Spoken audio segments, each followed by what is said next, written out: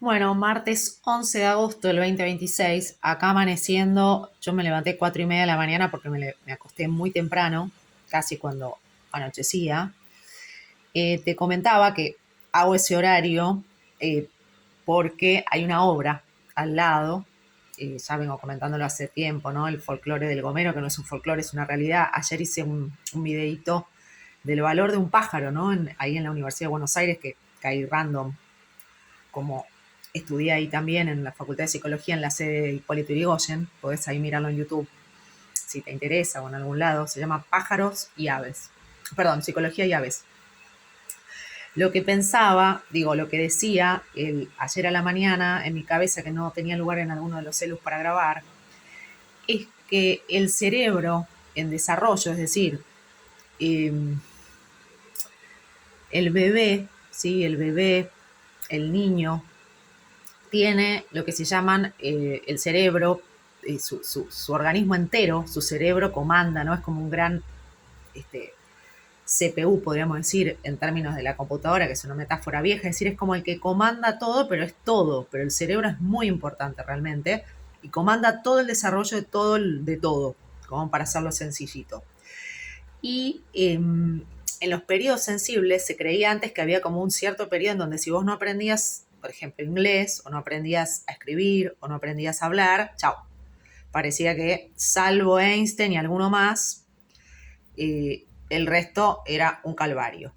Eso se fue desmitificando con el tiempo, digamos, esta cosa tan de determinismo de, bueno, sí o sí tenés que aprender a tal hora, sí o sí, como decía Piaget, ¿no? Del 2 al 5 años del periodo sensoriomotor, el periodo, después se fue, de alguna manera, como todo, avanzando en la construcción colectiva de conocimiento, que eso se llama la ciencia contemporánea, es decir, todos nos pusimos de acuerdo con el conocimiento que había antes, con el corpus que venía ya desde que el cerebro empezó a recibir estímulos y el cerebro del mono se empezó como a... Y hasta que se para el hombre, viste que dicen, uy, es bípedo y empezó a caminar, viste ese dibujito de que está el hombre, el Australopithecus, el no, Neandertal, Neandertal y y de pronto está el humano parado. A partir de ahí, el cerebro le pasan otras cosas, ¿no? En todo el organismo. Pero bueno, es así como decíamos el chakra raíz y es todo, ¿no? Y es todo esto y es todo lo que lo rodea, donde eso es el ambiente. El ambiente tiene un montón de componentes. El ambiente tiene componentes afectivos, porque te vinculás y querés, amás, tenés cariño, sentís respeto, tenés emociones. Todos ahí podemos hacer 25 millones de tratados sobre qué es cada cosita y hay muchas opiniones. Luego tenés también en el ambiente lo que sería la sociabilidad, las redes de apoyo social, las redes educativas, es decir, todo lo que vos vas a ir aprendiendo. Cuando digo redes, digo tejidos, entramados, que muchas veces son dinámicos, a veces la familia está copada, a veces la familia no está tan copada. Yo no sé por qué pasa eso, como psicóloga no te puedo dar una explicación. Seguramente si me pongo en maestra de yoga y yo creyera al 100% en la teoría del Vedanta de un tipo, porque hay muchos tipos de Vedantas y de miradas y de lecturas del Mahabharata, creo que es Mahabharata, bueno, del Bhagavad Gita y de tantos libros ancestrales de la India, por decir el yoga, que se cree que nació en India, supongo, o por ejemplo si tomo el budismo y cómo piensa el budismo que esto sucede, yo te diría, mira, es así, es así, es así. Yo como psicóloga no te puedo decir es así, pero como psicóloga de todas las teorías que yo estudié en la carrera de grado antes, porque ya estudiaba psicología antes en el secundario, ya leía sobre psicología, y después en el doctorado, postdoctorado, todo lo que uno va estudiando, digo, por ahí no tengo el título, no termino, pero digamos, una no deja de estudiar siendo psicóloga, ni hablar si estás en el barrio, ni hablar si atendés pacientes. Una cosa es trabajar, también estudié recursos humanos en una compañía, y otra cosa es atender pacientes de manera consistente, en mi caso casi 20 años, en el mismo barrio. Cuando digo en el mismo barrio, digo que también me moví para la provincia. Pero cuando digo mismo barrio me refiero a cuánto te puedes mover. Estuve en zona norte, en zona sur, también fui a zona oeste, algunas entrevistas, digo, fui a colegios, fui a instituciones, fui a unidades de desarrollo infantil, digo, conozco un poco de lo que implica la provincia de Buenos Aires, también viajé al interior de algunos lugares, pude ver tuve pacientes online, con lo cual tuve pacientes que migraron a Europa, entonces estaban acá en la UBA, entonces voy teniendo como una configuración de un seguimiento que no es igual que si vos de pronto tuviste baches donde no atendías pacientes y de pronto te fuiste a viajar y después volvías, o te fuiste a la compañía, trabajaste 10 años en recursos humanos, te hartó, por ahí te hiciste mamá o cambiaste de pareja o cambiaste de ideas y de pronto, bueno, cambiaste de profesión y después volviste. Tampoco es igual que te recibiste. Tengo un montón de amigas, colegas de toda la vida, mayores, menores, que se recibieron, nunca ejercieron lo que se dice la clínica psicológica, que es el paciente y la salud mental, y se dedicaron a otras cosas y después por ahí, cuando tienen 60 años, dicen, ay no, la verdad que me interesa, y se anotan en el doctorado de psicología. Yo he trabajado con colegas en el Eccleston hace 10, 15 años que hacían eso, ya tenían sus nietos casi, y dicen, bueno, quiero doctorarme ahora. Y entonces empezaban nuevamente o continuaban con la clínica o hacían educacional, ¿sí? En el equipo de orientación escolar muchos años, se jubilaron como docentes y ahora viven en Entre Ríos. Me consta porque tengo gente conocida, pacientes, alumnas.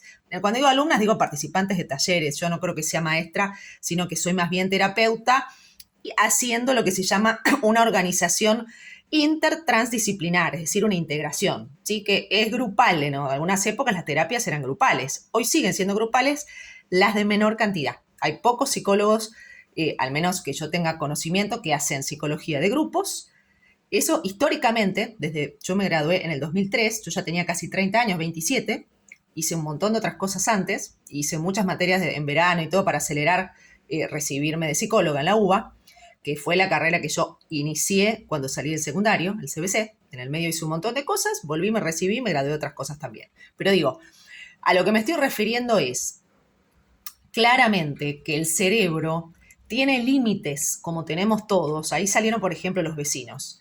Los vecinos son personas mayores.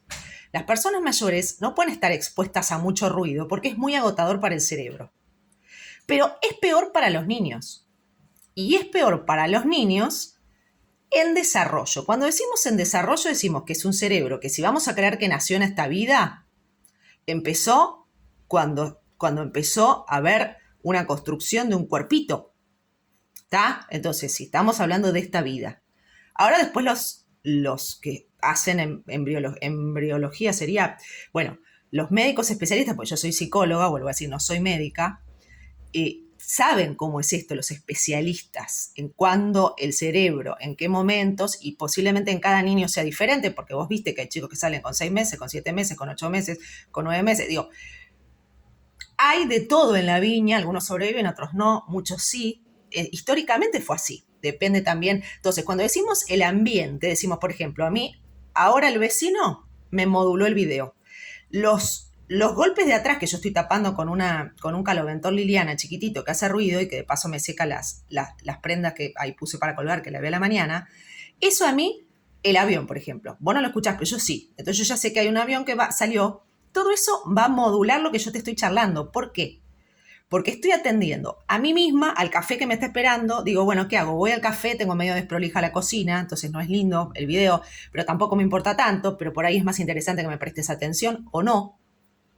Todo eso son interferencias en el sistema, todo, nervioso, todos los sistemas, ¿sí? Todos los sistemas. Entonces, cuando hablamos de redes, hablamos sociales, afectivas, vecinales, de comunidad vecinal. Vos por ahí no sentís afecto o no tenés una ligazón familiar con tus vecinos, pero son vecinos que están perteneciendo a tu red más íntima. Te guste o no te gusten los vecinos. Eso es una verdad que existe en la ciudad. Y supongo que existe en otros lados también. En el pueblo ni hablar. En el campo ni hablar. Es decir, cuanto menos población hay, más relevante y más cercano, o puede ser a veces, por supuesto, cuanto más cercano, más conflictivo, muchas veces, son los vínculos. A veces desafectivizar los vínculos hace que por ahí todo funcione mejor, sobre todo en la emergencia. Y a veces es al revés, y depende de las personalidades. Y para todo esto hay estudios que dicen, bueno, la tendencia a que una persona negativa viva al lado tuyo es mejor que una persona que tira para adelante y construye y quiere escuchar y quiere tener diálogo. yo no tengo que investigar sobre eso y pedirle a Harvard que me dé subsidios para investigar sobre eso. Digamos, ya a esta altura no. En alguna época la psicología sí. En alguna época la psicología había que probar que mirarse al espejo y decir qué linda que soy, qué linda que soy, qué linda que soy. Se creía que eso era tener autoestima. Vos decís hoy, es un delirio. Hay personas que lo siguen pensando, no ser irrespetuosa. Pues hay gente que cree en ese delirio de decir, ay, qué linda que soy, qué linda que soy. Pero yo te lo puedo justificar, y hay personas que han hecho una síntesis divina. Hay una española que lo cuenta en un capítulo de una manera que yo no lo podía haber escrito mejor. Se llama, no la conozco yo, pero compré casualidad para leer Feminismo Terapéutico, no porque esté interesada en esa rama ni nada, digamos, que me interesan los pensamientos contemporáneos de muchos tipos, y ella es psicóloga. Y el capítulo donde ella explica, ¿sí?, esto que hablamos, los psicólogos cognitivos, sobre esto de la repetición, está muy bien explicado. Yo lo explico en mis talleres con canciones y con material psicoeducativo de otra manera. Pero ella realmente lo explica de mil amores en un librito divino que si sos mujer o varón o persona, la verdad que es una síntesis de muchos aspectos de la psicología cognitiva contemporánea, de muchas teorías que es, para mí está muy lindo ese librito, simple, no busques literatura. Para literatura lo tenemos al padre Freud, que escribía de mil... Ya si leer a Freud, como lo leíamos, con traducciones, era una gloria. Realmente, los psicólogos y los psicoanalistas que han estudiado la mente tienen una capacidad de crear narrativas que es muy singular, y esto no hay que desoírlo. Por eso no tenemos la capacidad de crear algoritmos matemáticos como creyó que tenía Lacan y engañó a una revista en Francia. ¿Se entiende? Es decir, el contexto te determina. En Francia, en algún momento, mucho después de Freud, de Jung, de todas las investigaciones como neurólogo de Freud, con Charcot, con Breuer, perdón que yo no me acuerdo tanto de esto, pero sí me acuerdo perfectamente del evento científico por excelencia que yo no lo escuchaba en otros lados, y lo aprendí y me lo enseñaron en la UBA, en primero o segundo año. Y yo ya venía cuestionando un montón de situaciones, por eso me dediqué a estudiar las neurociencias, ni bien empecé. En paralelo, porque no se enseñaban en mi época, estoy hablando del año 2000.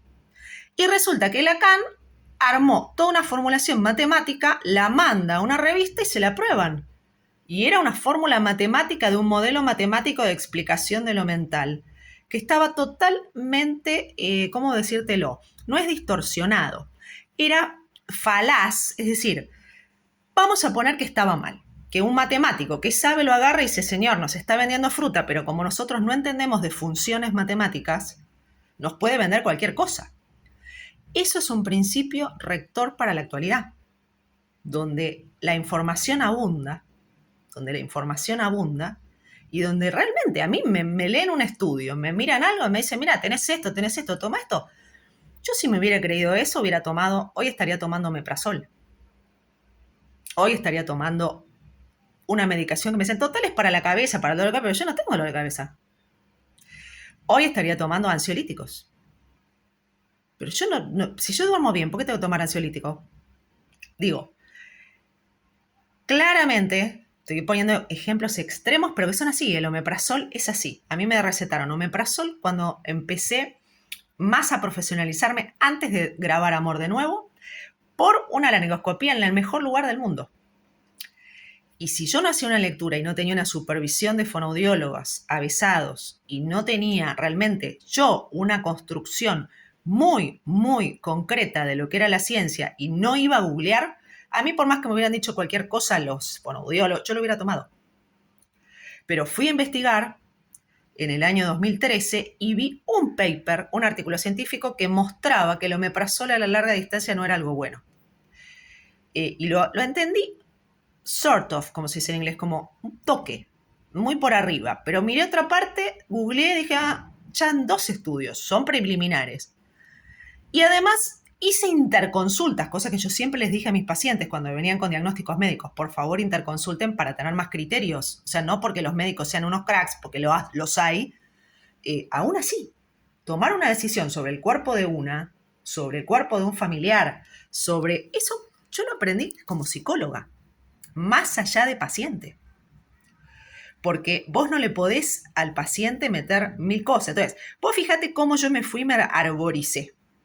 Todo esto para decirte que las redes, ¿sí?, las redes que tenés alrededor constituyen conocimiento. Yo tengo una obra hace 3 años, vecinos muy, muy grandes, gente con Alzheimer, con problemas ACV, con problemas cognitivos de mayores de 60,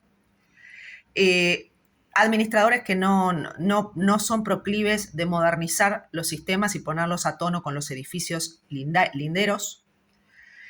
Falta de respuesta a mis quejas, que son tomadas en joda, en serio, en chiste, pero realmente no hay una respuesta. No entiendo si es porque falta el presupuesto o no, tampoco me lo informan, porque si es cuestión de conseguir plata, se consigue de alguna manera, se fija uno de conseguir. Pero lo peor de todo es que hay niños, hay menores que están siendo tan determinados como yo. A mí no me va a pasar nada por dormir mal un tiempo. A los abuelos, la gente grande, la gente que ya tiene, van a vivir peor. Fíjate, ahí se escucha hay un helicóptero. Van a vivir peor, ¿entendés? O ese es un avión o un helicóptero. Un avión, me parece, porque es más veloz. Van a vivir peor. Van a tener una calidad de vida peor. Pero bueno, como ellos dicen, nosotros ya viajamos, ya hicimos, listo, bárbaro. ¿Y los bebés?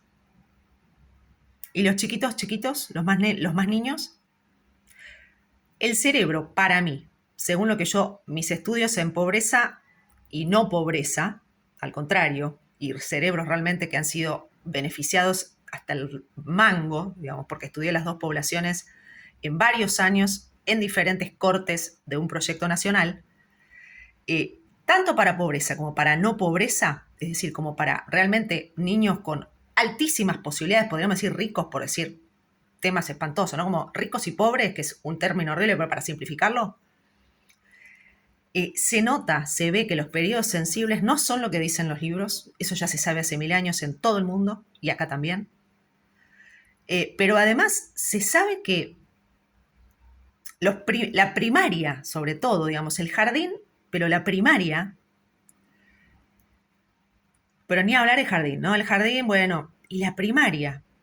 O sea, entre el jardín y la primaria, yo te diría, entre que nace y que entra al secundario, toda esa parte del cerebro es algo, y los que trabajamos en la clínica no solo íbamos un rato a un colegio y estábamos con 1000 pibes y 1000 padres, como estaba yo muchos años, en acá, allá.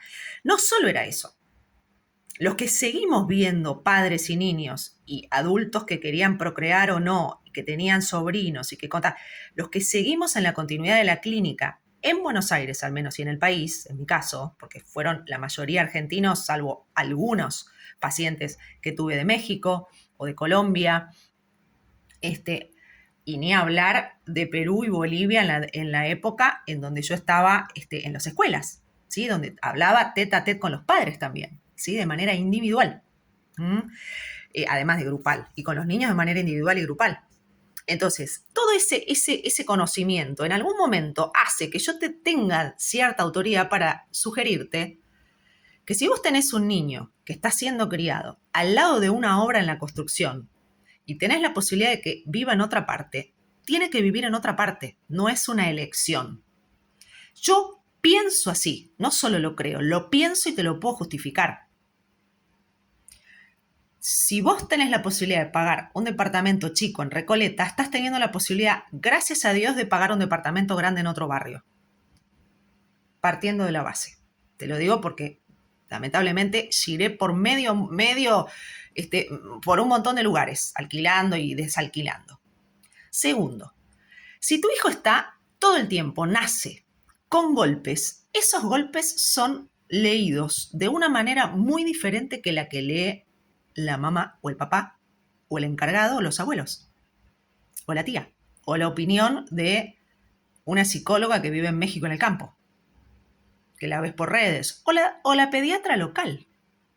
Vos como madre tenés que tomar un criterio y el criterio tiene que ser sí o sí la ciencia que está actualmente construida hace 1000 años, que se sabe que lo que sucede en el entorno de ese cerebro es casi lo más importante. Tu hijo llegó bien al mundo, eso no alcanza.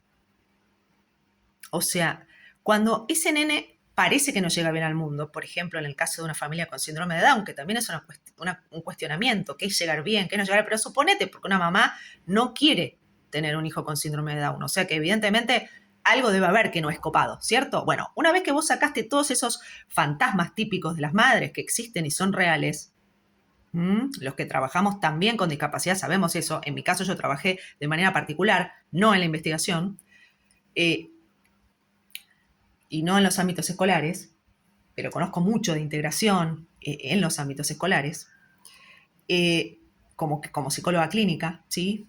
Lo que digo es, claramente, esas madres que han sacado ese miedo son las que tienen mayor responsabilidad hoy en el país y en el mundo. Porque tu hijo tiene la bendición de llegar divino. Y sale y llora y vos decís, sobrevivió el parto, o me lo trajeron y está bien. Y después se prende o no se prende la teta. Bueno, se prende o, bueno, no, pero lo arreglás con esto y va a estar bien. O sea, tenés todo a favor. O sea, a mí me resulta muy irritante, pero yo no sé cómo explicarlo, porque yo tengo 20 y pico de años de ver familias. Y cuando yo digo eso, ¿sabes lo que me dicen? Ella porque no tiene hijos. Entonces yo como eso, yo ya lo escucho. Desde que arranqué a trabajar como psicóloga clínica, que una de mis primeras pacientes fue una nena que perdió el papá, hija única. Esa fue una de mis primeras pacientes. A mí esa familia me consultó años enteros. La nena está bárbara, es una chica grande ya. Entonces digo, claramente no, a veces no es que no tenés experiencia, digamos, con el propio cuerpo como para poder entender, pero además, vuelvo a decir, esto no es una opinión personal. Si vos querés, yo te lo justifico. Entonces digo, ¿por qué este conocimiento que es tan conocido no se hace carne, digo, en las personas y por lo menos se quejan o con el administrador o con la obra, o si no, si tenés un niño y no tenés realmente medios para vivir en otro lado porque estás en un quilombo tremendo, tenés que sacarlo del lugar. El chico no puede pasar toda la mañana. Vos pensá, hay medianera y los chicos yo los escucho frasear con el sonido de los golpes. Ese es un nene que capta el sentido rítmico. Pero también los escucho levantarse o llorar cuando hay un estruendo de alguien que cerró fuerte la puerta o de alguien que golpeó las paredes. A mí no me gusta levantarme con portazos. A mí a veces me asusta algo que se cae sobre mi cabeza de ese piso. Ni hablar si es seguido, como me viene pasando a mí, lamentablemente. Pero yo puedo sobrevivir. Ya a esta altura, mi cerebro hizo que a eso creo, voy a sobrevivir mejor que el cerebro de un pibito. El cerebro de un pibito, después los pibes van al jardín, después van al colegio, pero no es igual. Yo estoy escuchando permanentemente en estos pibes que están con las obras circundantes, lloran sistemáticamente a la hora del baño, desde que nacieron. Van 1 año y medio. Otro tiene 4 o 5. Hablan con demoras de lo que podrían. Yo me doy cuenta porque si puede copiar, yo los escucho copiar sonidos y digo, ese cerebro que copia tan bien el sonido de los golpes o el sonido de los perros, están copiando los perros, la rítmica de los perros. Y no están pudiendo decir palabras. Pero porque además tampoco escuchan a las madres no los estimulan bien, no les hacen por lo menos si tenés la madre disponible o la niñera, tienen que hacerle, pero si tenés todo el tiempo golpes, portazo, golpe, tenés que hacerle, pero un sonido re fuerte y tapar todo eso, que igual es un garrón, porque el chico no puede recibir gritos de la mamá, porque se asusta. Y después la mamá lo asusta. Tras cartón no lo sacan. Cuando lo quieren sacar, el pibe llora. ¿Y cómo no va a llorar? Si lo educaron todo el tiempo para estar adentro. Después a mí me lo traen al consultorio y me dicen, no quiere salir, es un quilombo las transiciones. La transición es entre salir de casa e ir al supermercado. Pero y claro, si los crían así. Y eso me pasa en situaciones donde tienen casas grandes y donde si hay una obra, lo pueden dentro de todo guardar. Pero yo digo, si yo estoy escuchando la obra y no estoy del lado de la medianera que tiene la obra, ¿cómo están haciendo las madres? ¿Y por qué no van a quejarse? Y estoy yo sola con esto. Ya me quejé sobre los gritos, que los señores a las 6 de la mañana de la obra arrancan a gritar. El nene no se puede despertar. Capaz que vos estás durmiendo como mamá. El chico está a las 6 de la mañana, abrió el ojito y está copiando a los chicos que hablan en guaraní. ¿Entendés? Y ese pibito nació así y el de arriba también. Si yo los escucho, que yo los he tenido que callar, a mí me queman la cabeza, pero yo ya tengo el habla. Los pibes hasta los 12 años necesitan escuchar el habla de la panza de la mamá, la lengua nativa. El guaraní, acá no hay chicos que sean del Paraguay o que sean de un lugar donde se hable guaraní. Y acá en la obra hablan mezclado, hablan un poco en guaraní, un poco en no sé qué dialecto, otro poco. El nene por ahí está 1 hora entre despierto, en la cunita o durmiendo con vos o como lo tengas, en colecho, no colecho, escuchando eso. Vos estás roncando a pata suelta, capaz con tu compañero, si tenés, tu niñera, lo que sea. El nene está escuchando eso. Y después de eso, que tomaban mate, duraron 1 año tomando mate y cotorreando, que yo fui la única que voy y les pido cada tanto que se callen. Ahora callaron eso, pero los golpes están. Y la obra está hace 3 años pudiendo estar hace 1. Además de que tiró el gomero, que era para mí uno de los reservorios de que hayamos sobrevivido a la pandemia. Porque acá se pasó muy fuerte la pandemia, en este barrio fue feroz. Y tener un gomero para mí fue gran salvación. Y no tengo dudas de que fue. De hecho, yo me agarré COVID lejos del barrio. O sea, a 10 cuadras, pero digo, no tenía gomero. Entonces, vuelvo a decir, me parece una aberración que hayan tirado el gomero. Acá sí están poniendo antenas, como yo tenía en 10 cuadras, donde me agarré el COVID. Están poniendo antenas, están poniendo todo. Sacaron el árbol más relevante que nos podía salvar de las radiaciones que vienen de los aparatos, del wifi, de las antenas. Todo para poner un edificio de departamentos que hace 3 años está en construcción y que tiene, ¿qué tendrá? 40 metros las unidades, como este. Yo vuelvo a decir, a mí me parece una aberración. Yo me estoy quejando porque a mí no me dejan laburar por otros motivos, porque tampoco quieren los vecinos de acá poner seguridad. Y los vecinos de acá son también gente que trae sus bebés, que pretende vivir acá con sus bebés y seguir viviendo y copiando la modalidad de los vecinos que me han callado la boca, no me han dejado trabajar hasta la pretensión era hasta las 6 de la tarde música. Y se unieron todas las mamás para eso. Y es una aberración, esto es un acto profesional. Esto está habilitado por el Ministerio de la Salud desde el 2020. Esto es un consultorio, acá no se puede estar mucho tiempo. Y menos con obra. Menos con obra. Y además hay un sistema de inseguridad tremendo que tampoco las mamás se van a quejar. Entonces yo digo, pero ¿cómo puede ser?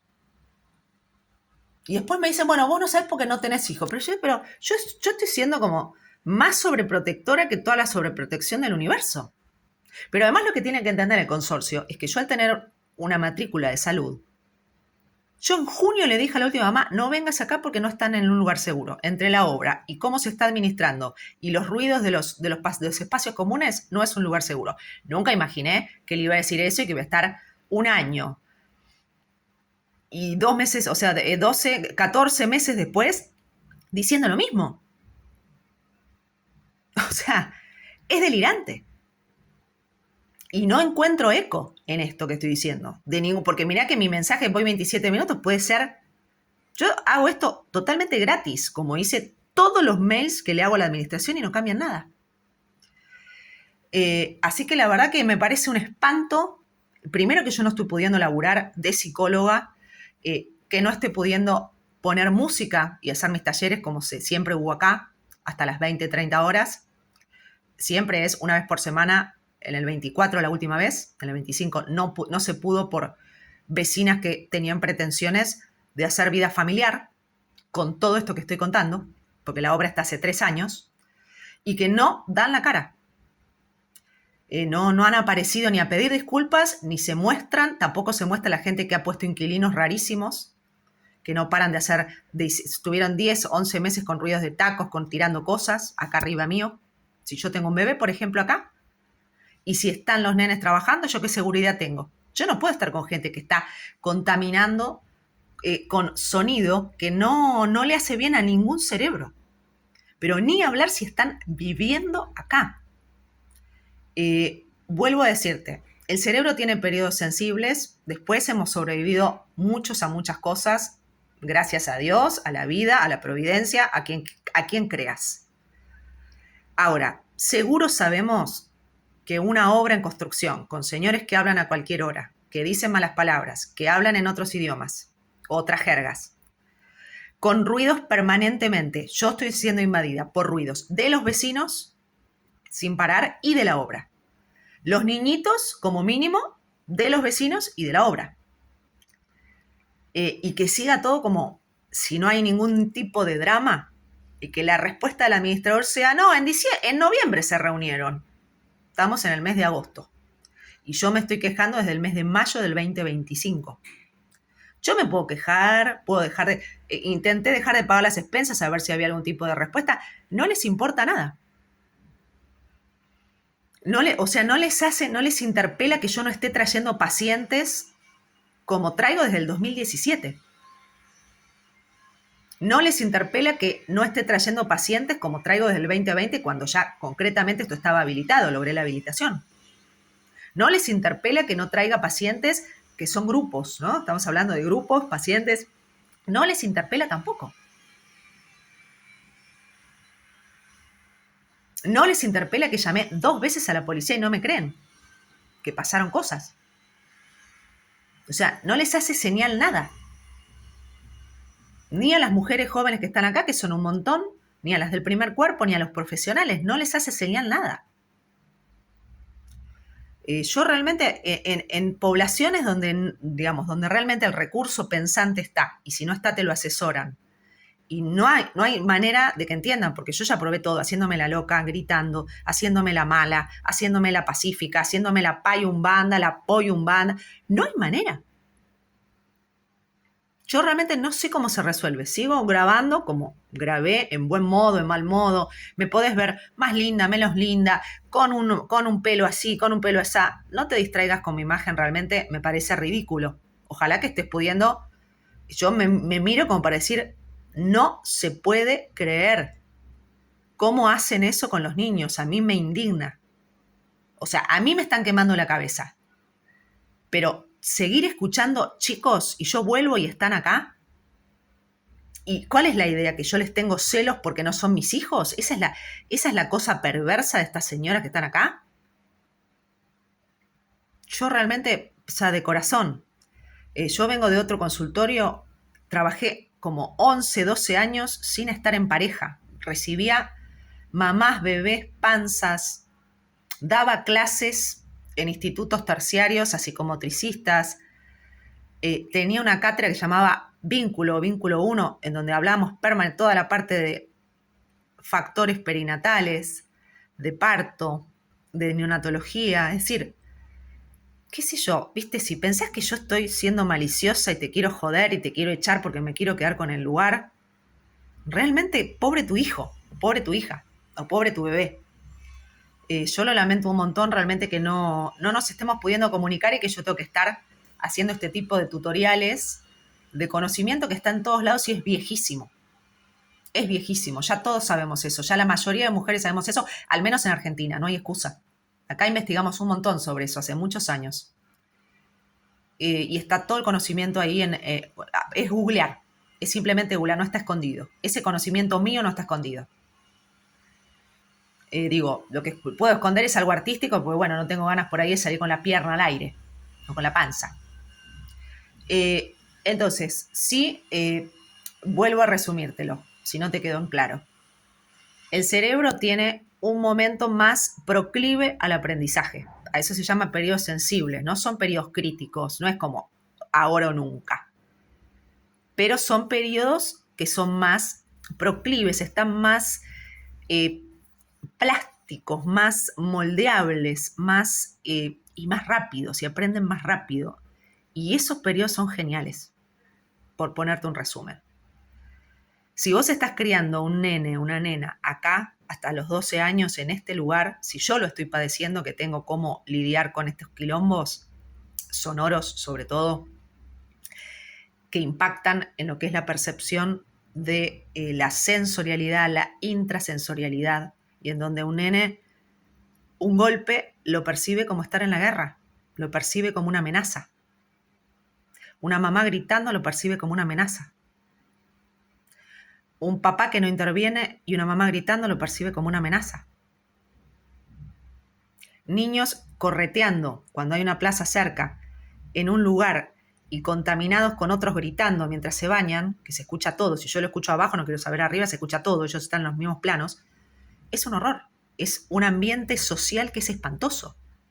El niño y el cerebro necesita conectarse con pares como primera medida. con sonidos de pares. Ahí cuando la mamá falla mucho, o ahí cuando no se puede, no están pudiendo moverse. Moverse en este caso es mudarse. Alquilar otro lugar, porque esos 10 años o esos 5 años de tu hijo, nunca nadie más te los va a devolver, como los míos y como los tuyos. Pero vos sos la responsable de ese menor, no soy yo. Porque acá no hay pacientes míos. Si hubiera pacientes míos, yo ya denuncié. Yo más que avisarle las irregularidades violentas, como tipo hay mucho maltrato al administrador, yo más que eso ya lo hice el año pasado. Pero el resto es un maltrato que es de cuentagota y que las consecuencias son mucho peores y que solamente se resuelven o que pare la obra o que se vayan. Y yo realmente me encantaría que pare la obra porque yo soy la primera que estoy sacrificando mi laburo por seguridad y para prestar un buen servicio a un menor o a una chica que viene a cantar o a relajarse. Pero los niños, ya sabemos, el cerebro en tensión aprende menos, además de sentirse peor emocionalmente. Con lo cual, la madre está estresada. El chico está codificando el golpe como una amenaza. Si hay papás, no sabemos a qué se están dedicando, pero no están pudiendo resolver. Si fuera que las mamás crían, los padres no están pudiendo resolver el aspecto habitacional seguro, ¿sí? Seguro y responsable, sobre todo. Pues ponele que es seguro, decir, bueno, pero nos cuidamos entre todos. Mamá, ponele que crees en eso. Yo no. Yo creo que acá hay muchas irregularidades que hay que ocuparse.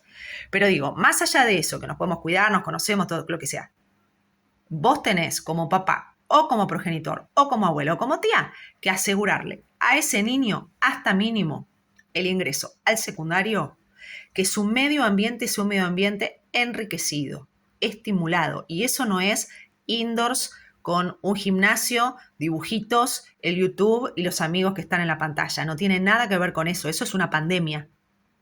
Eso pasó en pandemia y ya vimos que bueno no fue para los menores, que estábamos encerrados. Yo estaba encerrada con los menores, con mis pacientitos en las pantallas. Eso bueno no es. Eso ya lo sabemos. Por más que vos no tengas barbijo en casa, eso bueno no es. Porque también andábamos en barbijo en casa, no te olvides. Acá todo el tiempo. Y lavándonos las manos y todo. Entonces, por favor, tomar consideración que acá en Peña 3035 yo dejo asentado una vez más que me parece una barbarie que no se esté cooperando con la infancia como se debe. Y para mí la infancia en este caso es hasta los 12 años que pasa a el secundario. Vos querés decirme, bueno, ya es preadolescente, lo que vos tengas ganas. Yo prefiero ocuparme por exceso y que en el secundario entre pisando fuerte. Yo prefiero eso. Si lo puedo hacer, porque estoy en un lugar donde puedo vivir con por ahí un poquitito menos de confort edilicio, pero mucho más feliz, ni hablar. Están en el medio de un lugar donde todas son avenidas, seguridad, transportes y parques y están metidas acá adentro. A mí me da vergüenza ajena. Por no decirte que me indigna. Me da vergüenza ajena.